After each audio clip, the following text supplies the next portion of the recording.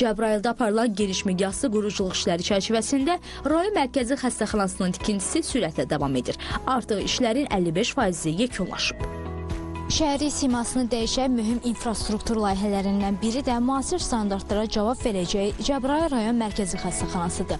Bu nəhəng səhiyyə ocağının təməli 2021-ci ildə Prezident İlham Əliyev tərəfindən qoyulub və ümumi ərazisi 5 hektara yaxın olan bu kompleks təkcə Cəbrayıl şəhərinə deyil, həm də ətraf kəndlərin sakinlərinə ən yüksək səviyyədə tibbi xidmət göstərmək məqsədi daşıyır.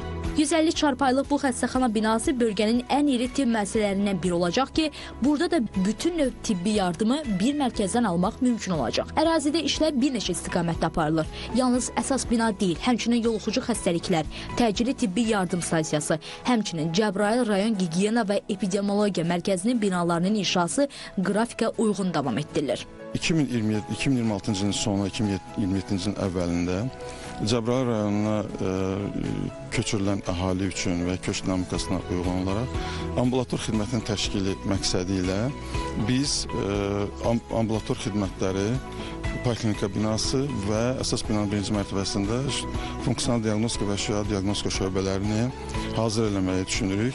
Artıq rayon mərkəzi xəstəxanasının bəzi şöbələri 2027-ci ilin əvvəlində sakinlərə xidmət göstərəcək.